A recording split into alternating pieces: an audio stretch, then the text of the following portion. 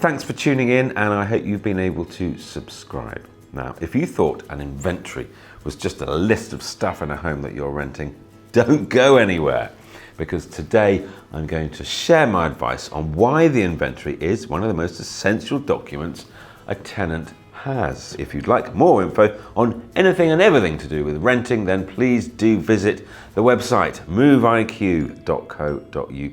The link's below. A proper inventory has two parts to it.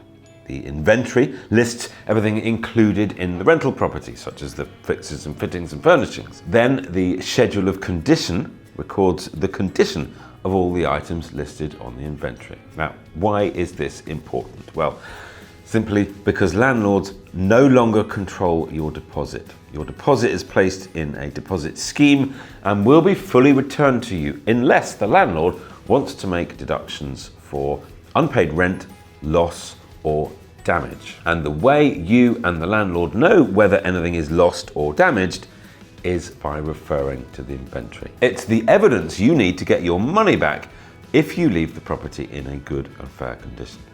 Now, that condition bit is where shades of grey can arise. While it may be a fact that there's a sofa in the living room, opinions on its condition can certainly differ. It's all subjective.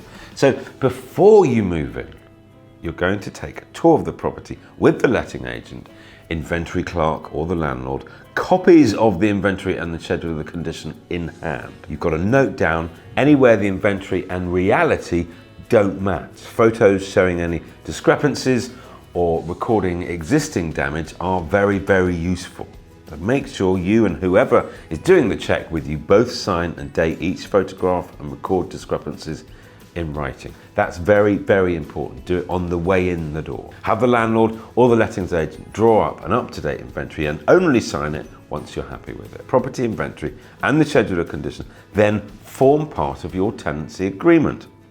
But if you sign without checking, there's very little you can do about it if the landlord doesn't fix what needs fixing or accuses you of causing the damage in the first place. On the other hand, if at the end of your tenancy you haven't looked after the place or you have caused damage, then you will be liable for any repairs and the costs will be deducted from your deposit.